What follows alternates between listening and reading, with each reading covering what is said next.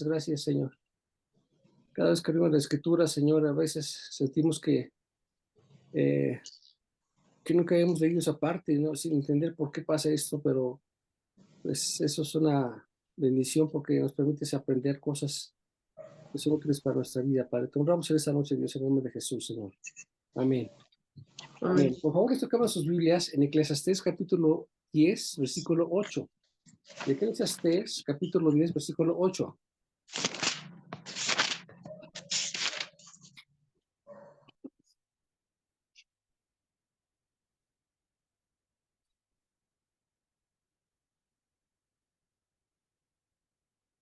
¿Está? Pero ya lo tiene.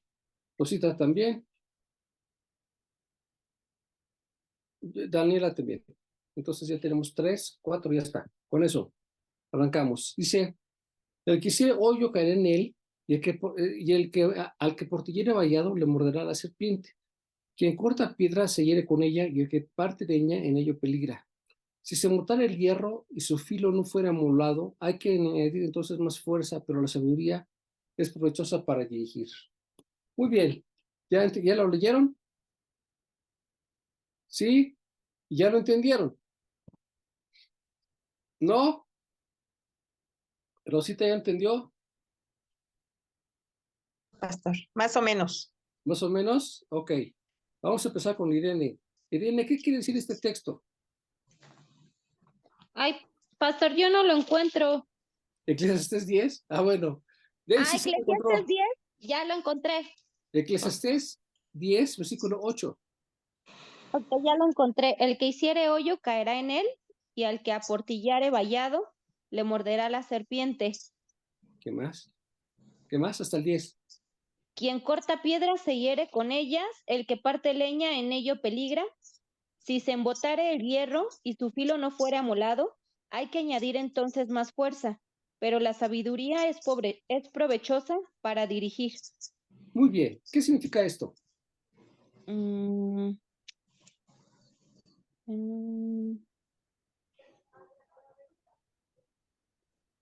El que parte leña en ello peligra. No lo entiendo bien, pastor.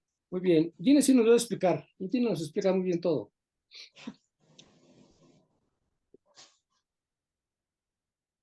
Gina, desapareció. No, pastor, no le entiendo. ¿No lo entiende? Pon atención como Daisy No. nos va a explicar el entendimiento. Fíjate bien cómo Daisy sí sabe. Daisy.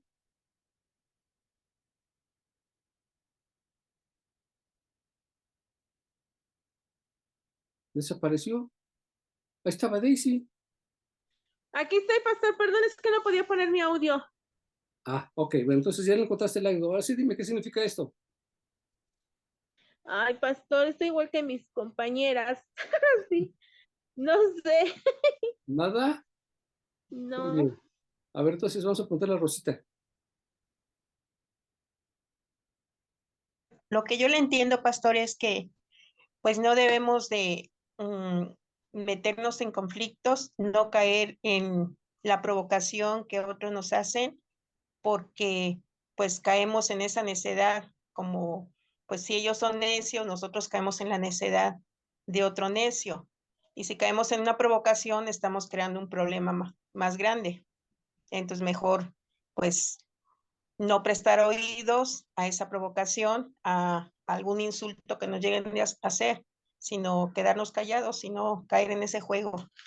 Muy bien. Es lo que yo Mario, entendí. Mario, ¿estás ahí? Sí, que no hagas cosas por hacer. No hagas cosas por hacer. Sí, sin contemplar lo que va a suceder más adelante. Ah, ok. Daniela, No me doy una idea, pastor.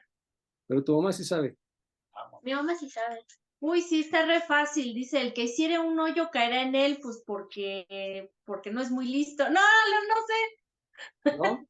No. Bueno, entonces aquí va. Escuchen la sabiduría de Yolanda.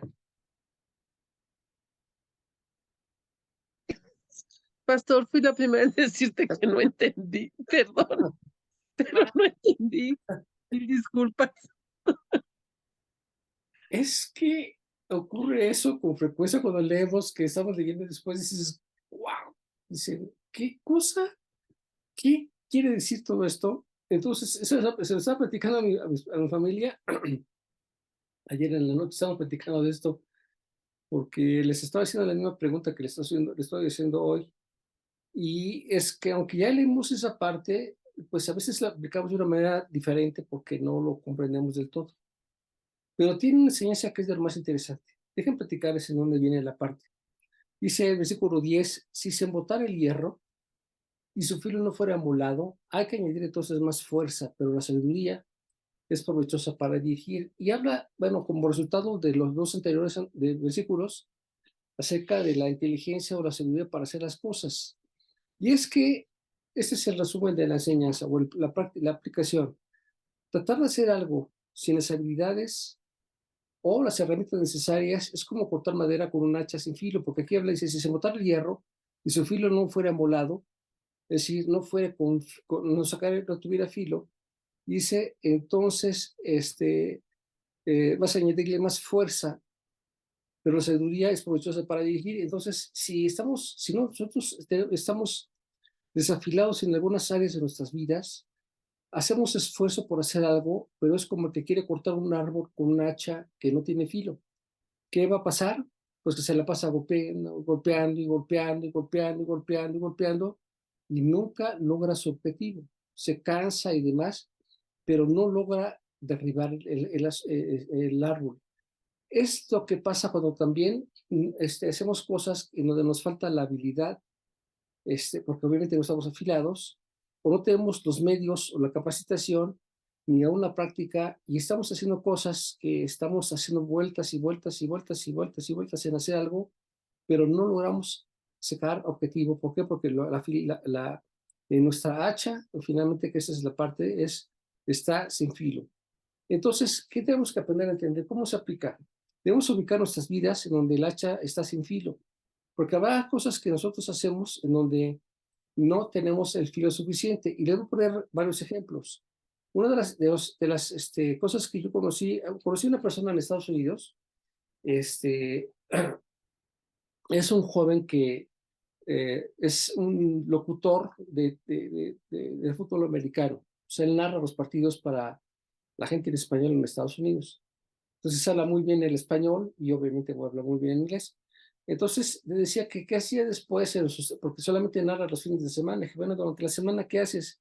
Dice, yo soy consultor de jóvenes. Dijo, ¿y cuál es tu oficio como tal? Dice, es que en la preparatoria, que es donde están los conflictos, es donde viene la mayor parte de la gente, los jóvenes tienen muchos problemas, bajan de rendimiento en la escuela, o tienen conflictos a veces de drogas, o que están embarazadas, y entonces no pueden sacar mejores notas, y la obligación que nosotros tenemos es que los jóvenes que están en las escuelas no estén por estar, sino que tengan que terminar, que empiecen la carrera, que empiecen los estudios y los terminen.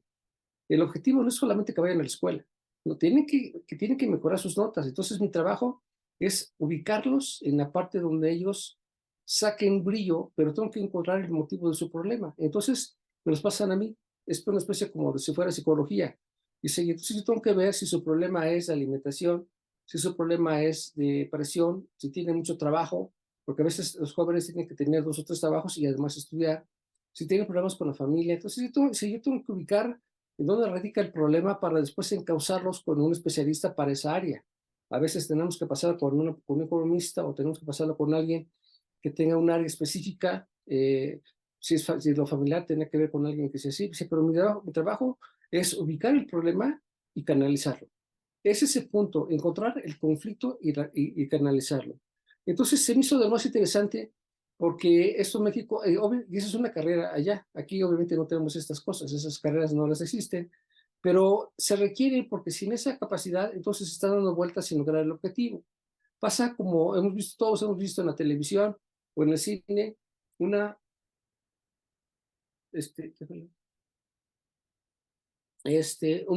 programa de crimen. ¿Se han visto algún programa de crimen?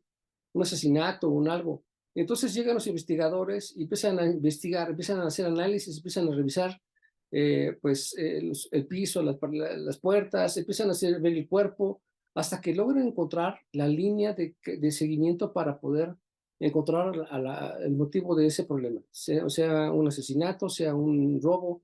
Y entonces tienen una línea de investigación, pero si no tienen cómo, si no tienen la capacidad, estarán dando vueltas y vueltas y vueltas y vueltas y vueltas, y se pasan los años hasta que le dan un carpetazo al asunto porque nunca pudieron encontrar una solución a ese problema. Vamos, no lograron resolver el conflicto. Obviamente para ellos ese es un problema porque les quita puntos y le bajan los sueldos a toda en esa área, de ese condado, les bajan a todos. O sea, no solamente es de que pues ya fallaron y ya no. Si no encuentran el problema, si no resuelven el problema, entonces todos son castigados, todos desde arriba hasta abajo, por su sueldo. Les quitan puntos y pues les bajan el sueldo. También si logran resolver los conflictos, entonces tienen bonos y reciben más dinero. Entonces, eso requiere tener una línea de investigación y de capacitación para que no estén dando vueltas y vueltas y vueltas y vueltas. ¿Cómo lo vemos en el matrimonio? Tenemos a veces tenemos conflictos. ¿Quién no ha tenido o quién no sabe que tenga en un matrimonio un conflicto? Entonces, a veces la gente está imaginándose que el problema es por esta causa. Especialmente en matrimonio donde cuesta mucho trabajo, porque a veces la esposa te dice su sentir, pero realmente te quiso decir otra cosa. Por ejemplo, ya está muy molesta por el clima, lo que sea, pero realmente lo que te quiere decir es que le saques a pasear porque no la sacaron muchos días. O sea, y no te lo dice en forma directa, pero te expresa que ya quiere, o sea, tiene un sentir contra ti.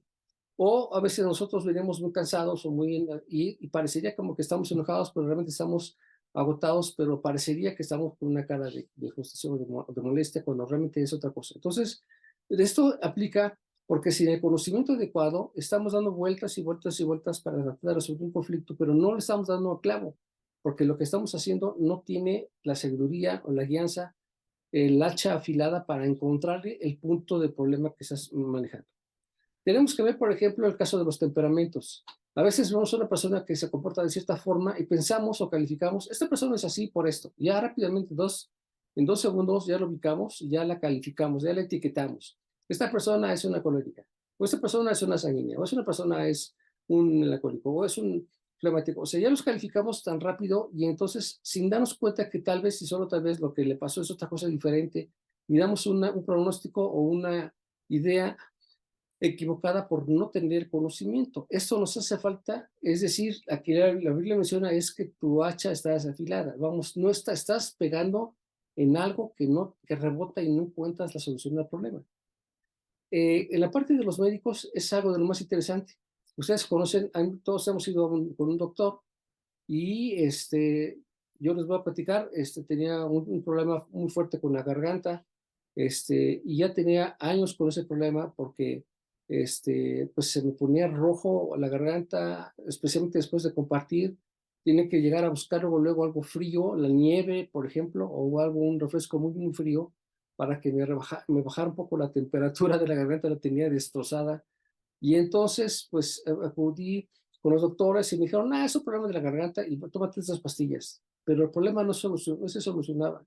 Y luego fui con un doctor, me dijo, bueno, es que tenemos que hacer un estudio más profundo, y entonces metieron un aparato ahí para checar la garganta de esta camarita, ¿cómo se llama? La endoscopía, que no es nada agradable. Dice, vamos a ver cómo está por dentro. Ya checó, dice, pues sí, se ve irritado, se ve por acá, tome ese medicamento y ya resolvió ese problema. Pero ¿saben qué sucedió? Que no se quitaba. Y después otra vez, y así, fui con otro doctor que me maltrató mucho, me dijo que, bueno, me maltrató pues, pero tampoco me resolvió el problema y pasaron un tiempo que estuve así. Y entonces yo decía, pues, ¿qué es lo que tengo? Porque pues es una molestia muy fuerte y no se quita. Especialmente llegué a tener miedo de compartir, porque después de compartir sabía que la garganta iba a tener destrozada. Seguro, ya no iba a poder hablar en un buen rato y estaba buscando algo frío, lo cual también está mal porque eso te causa problema. Tienes la garganta caliente y le metes frío, pues también te causa problema. Hasta que finalmente conocimos al doctor Itzel y ahorita ya se nos fue, pero yo le platiqué también el problema y entonces ella me dijo, lo que usted tiene es un reflujo. ¿Y eso qué es? Y se le regresa la comida, se le va la garganta y entonces lo daña. Y tomas esas pastillas para que no tenga ese reflujo. Eso es el problema, ese sí, su problema es que tiene reflujo. Pero es que yo no tengo nada, aunque no lo sienta, sí lo tiene. Aunque usted no lo perciba, eso es lo que le está fabricando que tenga tan dañada desde la garganta hasta abajo, hasta el estómago, todo su día, la tiene completamente irritada y entonces no está causando este conflicto. Y entonces, bueno, pues uno hace lo que los doctores nos dicen. A todos los doctores que me dijeron que lo tomara lo que me dijeron, eso hice. Que bueno, pues hay que probar lo que me dice y entonces me lo empecé a tomar. ¿Y saben qué sucedió? Que desapareció el problema. Entonces aquí yo me di cuenta que existen médicos que no es que le atinen porque sería como si fuera a la aventura, ¿no? Como si fuera de suerte, y le atino porque pues es suertudo. No, es que tienes que tener el conocimiento para poder ser un doctor y darle a un medicamento o un tratamiento o un estudio o un diagnóstico, tiene que tener la certeza a 100% de cuál es el conflicto que tiene una persona antes de poderle recetar algo. Entonces, tiene que tener el conocimiento, la capacitación, la experiencia y tiene que tener, por supuesto, su hacha afilada, vamos, que esté lista para que le dé en el punto para resolver el problema. Y más, porque si tienen que ver muchos pacientes de diferentes cosas, pues tienen que tener la habilidad para que cada uno le dé una solución.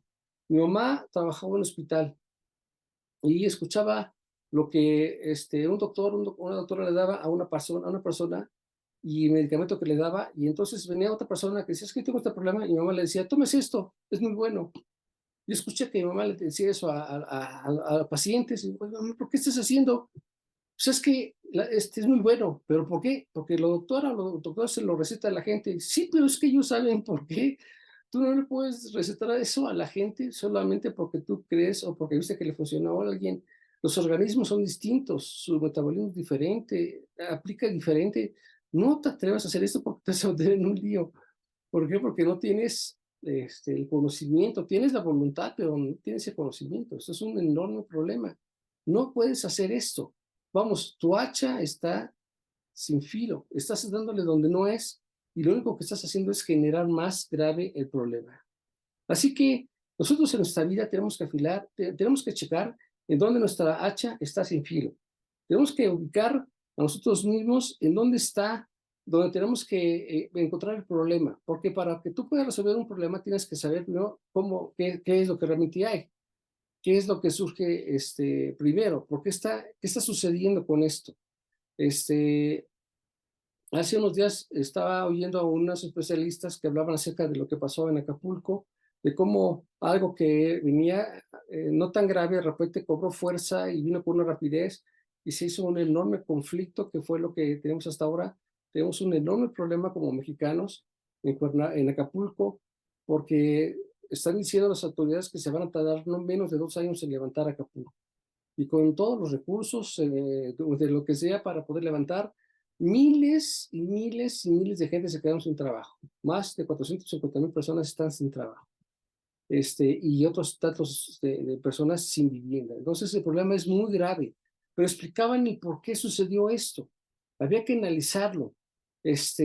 ¿Cuál fue el motivo por el que se hizo tan grande y no se hizo lo suficiente o lo adecuado para poder resolver un problema? Y entonces se desencadenó que los tomara por sorpresa y tantos mexicanos como extranjeros se vieron atorados y se vieron con un enorme problema porque les faltó el conocimiento de cómo resolver un problema, cómo interpretar las cosas. Ustedes y yo hemos visto pues Animal Planet, por ejemplo. Y recuerdo que estaba viendo estaban hablando de Yellowstone, cómo es que los lobos pues están sueltos y pues matan al ganado y demás, o a los animales, y lo que hicieron allá es que la gente dijo, es que los lobos es un problema. Y entonces se dio la campaña de darles dinero por cada lobo que mataran. Y entonces la gente se fue a Yellowstone y empezaron a matar una barbaridad de lobos y traían los lobos para que les pagaran por cada lobo que trajeran. Pero después llegó una persona que dijo, están haciendo un grave problema porque los lobos son necesarios para el ecosistema. Los lobos hacen que las manadas emigren, no se queden estancadas, porque si se quedan en un solo lugar, se acaban el pasto, pero desprotegen otras áreas. O sea, los lobos se necesitan para que muevan constantemente a los ganados y entonces el pasto se vaya diseminando de forma equitativa y tiene su manera de ser. Entonces están atacando contra lo que yo creo. ¿Por qué? Porque no saben lo que están haciendo cosas incorrectas porque pensaron que esa era una solución para problemas pero eso no es una solución. Entonces, así como ese, hay una barbaridad de cosas que nos pasan en la vida por falta de conocimiento adecuado, por falta de capacitación, y lo que estamos haciendo es, como decimos aquí en México, son palos de ciego. Estamos haciendo cosas que no van al punto de nada. ¿Qué es esto? Porque nos falta la capacitación, nos falta el reconocimiento de hasta dónde podemos llegar y hasta dónde podemos solicitar la ayuda de otra persona, de un experto que sí pueda resolver un conflicto específico para cada circunstancia. Tenemos el problema de los terremotos. Estábamos también viendo que, pues bueno, la gente, nosotros no vemos un terremoto, o sea, vemos los efectos del terremoto, o sea, vemos que de repente se abre la tierra y empiezan los movimientos y dicen que las placas tectónicas, las cuales yo jamás he visto, pero entiendo qué es lo que pasa cuando chocan y cómo está el asunto, pero lo describen como si lo estuvieran viendo y explican con tanta veracidad las cosas que, pues bueno, uno entiende que se requiere una capacitación, pero hay una barbaridad de cosas, de especialidades en la tierra que necesitan de gente que tenga una hacha afilada, vamos, que tenga conocimiento, que tenga la inteligencia, que tenga la sabiduría para darle al punto y no estar solamente dándole con una hacha sin filo que lo único que hace es hacer más grave el problema sin resolver nada. Se lleva tiempo, se lleva dinero y la frustración de que nunca resuelven absolutamente nada. Entonces, en la Biblia nos enseña, dice la Biblia, si se montara el hierro y su filo no fuera molado, hay que añadir entonces más fuerza, pero la sabiduría es provechosa para dirigir. Entonces, nosotros tenemos durante el día que tomar una barbaridad de decisiones. Constantemente tenemos que hacer todo. Aún para manejar tenemos que decidir si tomamos un carril o tomamos otro. Tenemos que tomar una decisión si vamos si alcanzamos el semáforo o no. O sea, tomamos cientos de decisiones durante todo el día, pero no todas las decisiones que tomamos las hacemos correctamente. Hay cosas que nos fallan y las hacemos mal y la consecuencia está a la puerta, todo el tiempo. ¿Cómo vamos a lograr que lo que nosotros hagamos tenga certeza? Vamos, que nuestra hacha sea afilada. Dice la Biblia que tiene que venir por medio de la sabiduría. ¿Cómo se adquiere la sabiduría? Porque, bueno, uno no sabe hacer estas cosas, de repente hay muchas cosas que no tenemos ni idea, ni nada está escrito como para que podamos seguir una secuencia de un algo, sino que tienes que tomar decisiones en el momento que se ocurren, y tienes que ver cómo resolverlo, ingeniártelas para sacar un problema. Entonces, dices, bueno, ¿y qué tengo que hacer para que no me falle? Porque ¿quién quiere hacer las cosas o errar el camino? ¿Quién quiere equivocarse?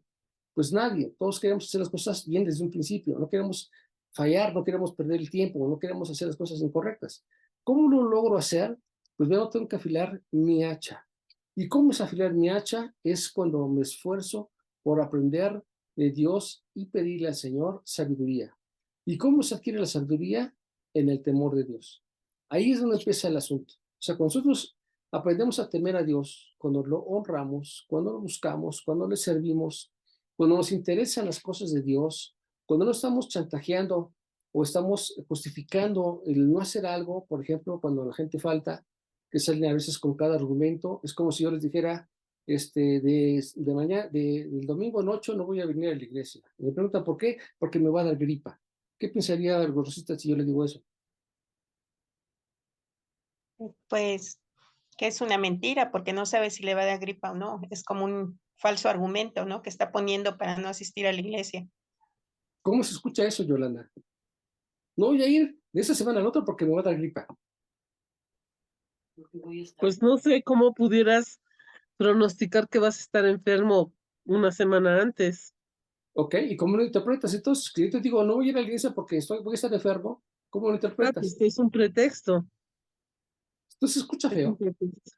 Dices, oye, pero ¿cómo crees? Posiblemente no vaya mañana, pastor, porque tal vez no amanezca con la garganta irritada. No manches, o sea, dime que no quieres ir y ya, o sea, no me vengas con eso. ¿Por qué intentas hacer malas cosas? Ante esta situación de donde queremos hacer lo que queremos y no hacer la voluntad de Dios, es en donde nuestra sabiduría se viene al piso, porque en la falta de temor a Dios, la sabiduría que debemos de tener se desaparece. En la vida del más grande sabio que fue Salomón antes de Jesucristo, y leemos sus libros, leemos Eclesiastés, leemos Proverbios, y algunos de los salmos, y vemos que era su sentir, pues las cosas que él decía, pues tienen muchísima sabiduría. ¿Y cómo es que a pesar de tener tanta sabiduría, cayó tan bajo? ¿Cómo es que se duda de su salvación? ¿Cómo es posible que fuese tan sabio que perdió todo? Perdió no solamente el trono, sino también sus dineros, sus mujeres, vamos, todo cuando tenía. Y lo que dijo él, pues queda solamente como un libro interesante, pero su vida práctica es un verdadero desastre. ¿Qué ocurrió con esto? Perdió la sabiduría. ¿Por qué perdió la sabiduría? Porque dejó de temer a Dios. La sabiduría viene juntamente con el temor a Dios. Cuando tú buscas al Señor, Él te hace sabio. Y entonces puedes tomar juicios adecuados y Él te abre las puertas para que vea las cosas que tú no ves y te dice por dónde hacer las cosas. Y entonces somos fácilmente guiados por Él, porque Él te pone en tu corazón la convicción de algo y tienes éxito en las cosas, aunque se vea diferente el panorama. Pero tiene que arrancar de una parte, el temor a Dios. Ahí empiezan las cosas. A veces las personas preguntan, ¿y por qué me va mal si ya oré, ya leí, ya ayuné, ya esto, y todavía sigo con problemas? ¿Pero por qué tienes esos problemas? Deja platicarte por qué. Porque no tienes la sabiduría. ¿Para qué? Para detectar en dónde está tu hacha sin filo, es decir, en donde hay pecado. Porque tu mucho esfuerzo hace que solamente hagas las cosas, pero sin éxito. Nunca logras hacer nada en específico. Necesitas tener una retrospectiva y darte cuenta en dónde requieres capacitación. ¿Dónde aplica esto? Precisamente primero en nuestro temperamento. Decimos, ¿sabes qué? Yo reconozco que soy así o que ya no lo era, pero ahora estoy otra vez. Necesito reconocer que tengo un problema de mi temperamento.